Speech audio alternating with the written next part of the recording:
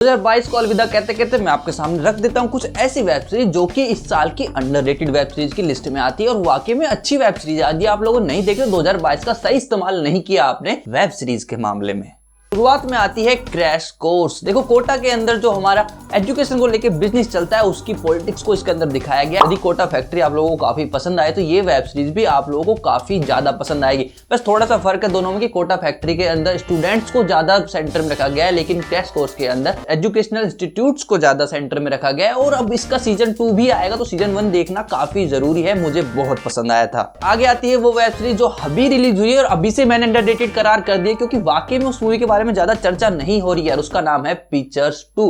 देखो पिक्चर्स 1 बहुत टाइम पहले आई थी और बहुत लोगों को पसंद भी आई थी। मतलब टीवीएफ ने उस वेब सीरीज को तब बना दिया था जब एंटरप्रेन्योरशिप को लेकर इतनी ज्यादा जागरूकता नहीं थी आम लोगों में, लेकिन अभी शार्क टैंक वगैरह आ गए, काफी चीजें आ गई, अब उसकी अच्छी खासी डिमांड हो रही है और उसके पोटेंशियल को समझते उस वेब सीरीज का सीजन 2 लाया गया है अभी, जो वाकई में शानदार है। मैंने अभी देखा, उसका रिव्यू भी कर दिया है, वो काफी गजब का है। आप लोगों को चेक करना चाहिए कि एंटरप्रेन्योर बनने में, एक नया स्टार्टअप शुरू करने में क्या क्या प्रॉब्लम आ सकती है एक इंसान को। उसके बाद आती है रुद्र, वो भी अजय देवगन की। वो एक साइको किलर है जो लगातार सीरियल किलिंग कर रहा है और उसको पकड़ने के लिए हमारे आते हैं अजय देवगन जी, तो वाकई में एक सुपर कोप होने वाले हैं। अब सुपर कोप का जो माइंड है ना वो भी क्रिमिनल की तरह ही चलता है और ये सबसे ज्यादा खास बात है अजय देवगन सर की। लेकिन वो जो साइको किलर है वो भाई साहब अजय देवगन के साथ भी ऐसे ऐसे खेल खेलता है कि भाई साहब गजब का मजा आता है। और साथ साथ ये सस्पेंस भी बनने लगता है कि क्या ये जो क्रिमिनल माइंड है अजय देवगन का, ये उल्टा उस क्रिमिनल को हेल्प तो नहीं कर रहा, कुछ क्राइम को बढ़ा तो नहीं रहा। मतलब कि काफी गजब की वेब सीरीज है, पता नहीं इतनी अंडररेटेड क्यों है, आप लोगों को जरूर चेक करनी चाहिए। इसके बाद में आती है गिल्टी माइंड्स। 2 एडवोकेट्स होते हैं, एक मेल होता है एक फीमेल होता है और दोनों ही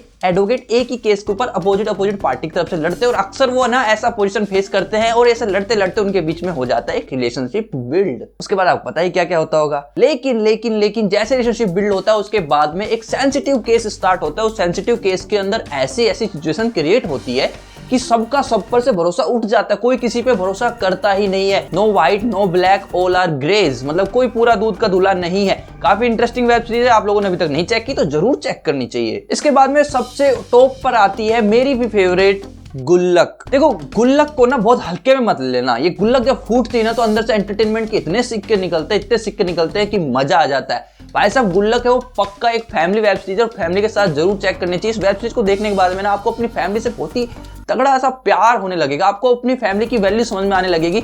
एक मिडिल क्लास फैमिली में जो चीज जितनी ज्यादा कनेक्टिव हो सकती है ना वो सारी की सारी कनेक्टिंग है इस वेब सीरीज के अंदर। यदि किसी ने अभी तक भी नहीं देखी ना तो इस अंडररेटेड के टैग को हटाओ इसके ऊपर से और जाके चेक करो। मैंने तो सिर्फ 5 वेब सीरीज का नाम लिया। यदि आप लोगों को लगता है कि और भी इस लिस्ट को लंबा करना चाहिए, वेब सीरीज होनी चाहिए, तो आप कमेंट करके बताओ कि और कौन कौन सी वेब सीरीज इस लिस्ट के अंदर मुझे डालनी चाहिए थी।